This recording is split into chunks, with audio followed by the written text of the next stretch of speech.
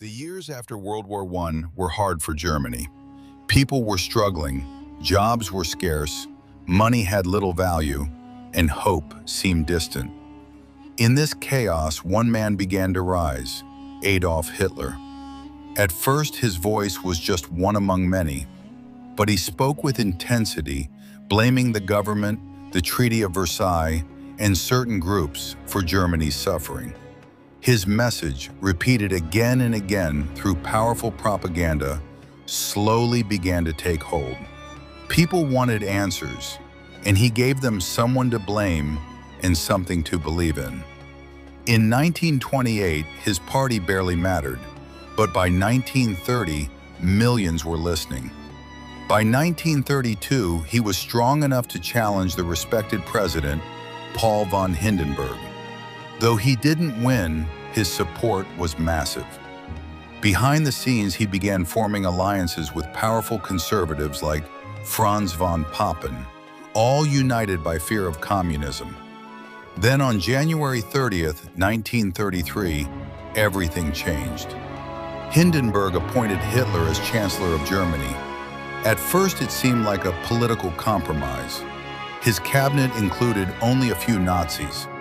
But Hitler had no intention of sharing power. Within weeks, a mysterious fire destroyed the German parliament building, the Reichstag. Using this crisis, Hitler convinced the government to grant him emergency powers. Freedom of speech, press, and assembly were swept away. Soon after, a new law, the Enabling Act, gave him the authority to rule without parliament. In just a few months, Germany transformed into a dictatorship. While this was happening, Hitler lived a strangely quiet personal life in the mountains near Berchtesgaden. He kept an irregular schedule, avoided alcohol and meat, and surrounded himself with a small circle of loyal companions.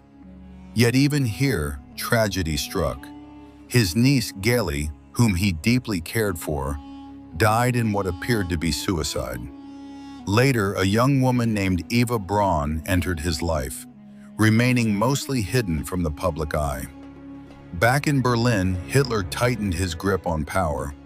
Rivals, even within his own movement, were eliminated. In June 1934, during the Night of the Long Knives, he ordered the killing of former allies like Ernst Röhm. The army, relieved to see Röhm gone, pledged loyalty to Hitler. When Hindenburg died shortly after, Hitler combined the roles of president and chancellor, becoming the absolute leader of Germany. Soldiers swore loyalty not to the country, but to him personally. As the years passed, Germany began to recover economically. Jobs returned, industries grew, and many people felt proud again.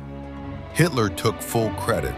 His popularity soared, but his ambitions stretched far beyond Germany.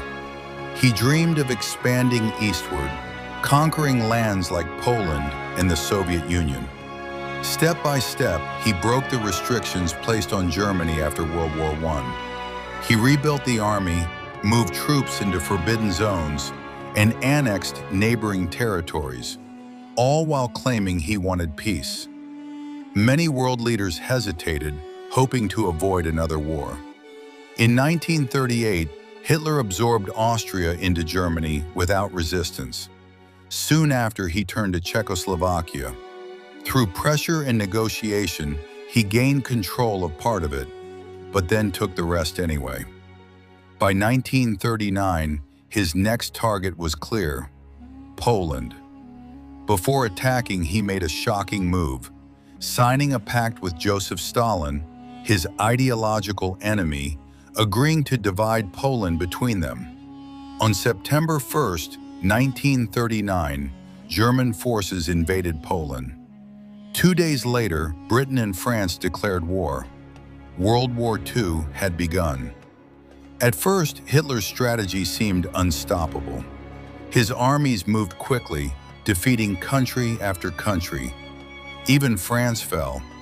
It looked as if he might control all of Europe. But then came resistance. Britain refused to surrender. The Soviet Union fought back fiercely, and when the United States entered the war, the balance began to shift. Hitler, once confident and calculating, grew increasingly rigid and isolated. He refused to listen to his generals, made costly decisions, and demanded absolute loyalty even as defeat became inevitable. Meanwhile, under his regime, unimaginable crimes were being carried out. Millions of innocent people, especially Jews, were systematically murdered in what became known as the Holocaust. By 1945, everything was collapsing. Allied forces closed in from every direction. Cities fell one by one. Germany was in ruins. In Berlin, deep underground in a bunker, Hitler faced the end. He married Eva Braun in his final hours. Then on April 30th, 1945, he took his own life. The war ended soon after.